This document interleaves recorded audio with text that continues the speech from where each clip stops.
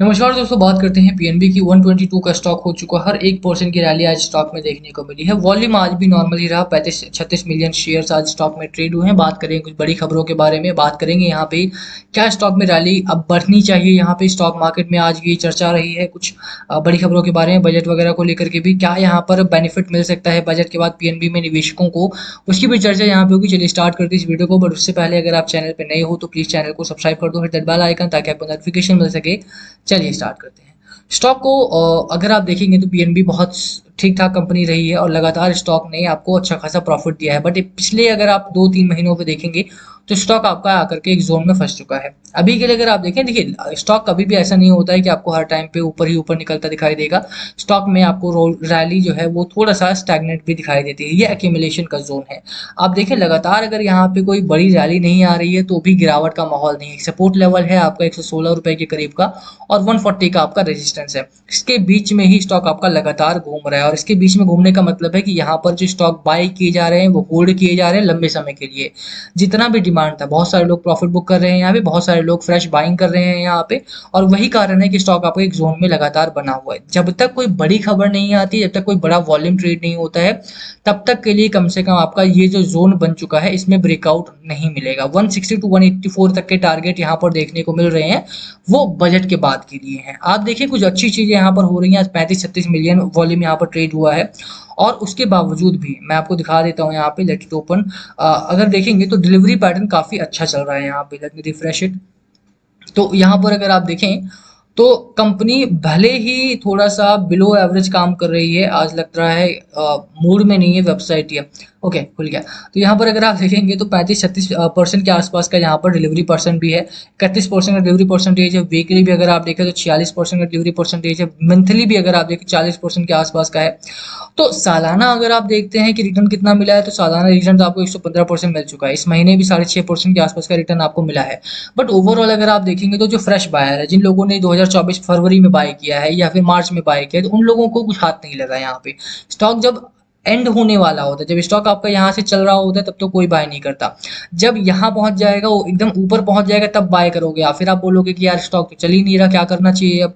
Overall अभी के लिए मेरी राय यही है कि अगर मैंने बाय किया है तो मैं होल्ड करूंगा यहाँ पे। लोअर एंड पे अगर आप देखें, मैकडी आपका साइडवेज टू बेयरिश जोन में है, बट गिरावट का माहौल यहाँ पर नहीं है। ये ब्रीच करता है, स्टॉप लॉस आपको 116-117 रुपीज के बाद स्ट्रिक्टली आपको फॉलो करना है। अगर ये ब्रीच करता है तो स्टॉक आपका थोड़ा सा नीचे यहाँ पे 100 रुपीज के लेवल्स भी आपको देखने को मिल जाएंगे यहाँ पे फिर।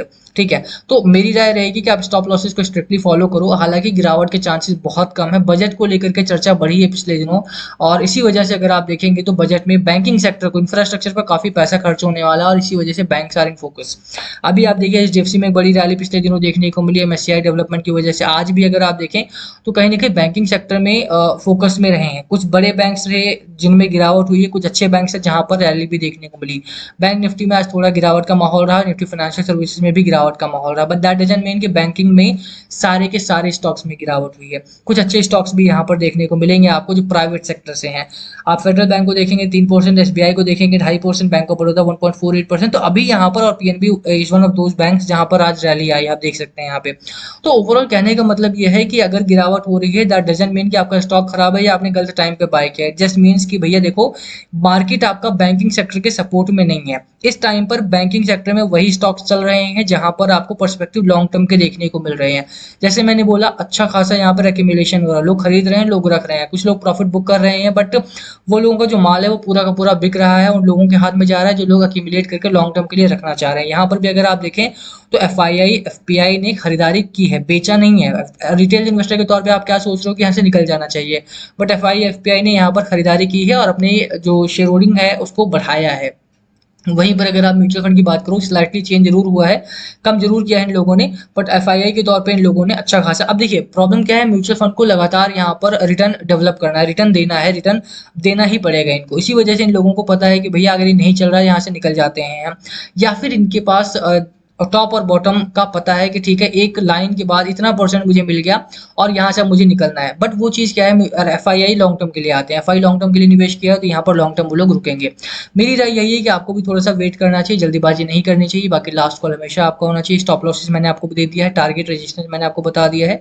बजट के बाद 160 टू 184 तक के टारगेट्स बजट आपका 23-24 जुलाई के करीब में आपका आ जाएगा और वहाँ पर इंफ्रा के ऊपर भी बड़े खर्च करने की बात चल रही है और अगर इंफ्रा के ऊपर बड़ा खर्च होता है तो सारा का सारा जो पैसा है वो आपका बैंकिंग सेक्टर से ही लोन के थ्रू में जाएगा। और यही कारण है कि अगर बैंकिंग सेक्टर की अगर आप बात करें तो जिन भी बैंक्स के फाइनेंशियली वीक हैं उनमें अब प्रेशर है और उनमें अब बिकवाली हो रही है।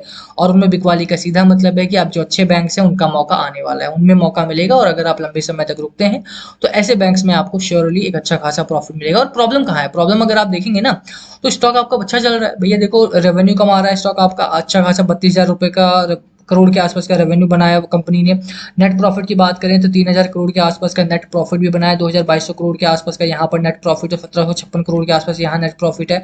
तो मुझे नहीं लगता कि आपको यहाँ पर बहुत जल्दीबाजी करके निकलना चाहिए, होल्ड करने की मेरी सलाह रहेगी। बाकी लास्ट कॉल ऑलवेज भी, क्या आपकी स्ट्रैटेजी स्टॉक को लेकर प्लीज कमेंट करके शेयर करना। वीडियो को हम यही खत्म करेंगे, पसंद आए तो लाइक करना, चैनल पे नए हो सब्सक्राइब किए बिना मत जाना। Thank you for watching and yes please comment below अगर कुछ पूछना हो तो। Thank you. और कोई भी सवाल हो उससे पहले आप क्वांटिटी मेंशन कर दिया करो, किसी और स्टॉक में फंसे हुए हो तो उसका सवाल आप नीचे पूछ सकते हो, उस पर जवाब देने की कोशिश करेंगे। क्वांटिटी प्राइस मेंशन कर देना प्लीज, तब ताकि आसानी होती है बाय सेल होल्ड बताने के लिए, वो ज़्यादा बेहतर रहेगा। Thank you again.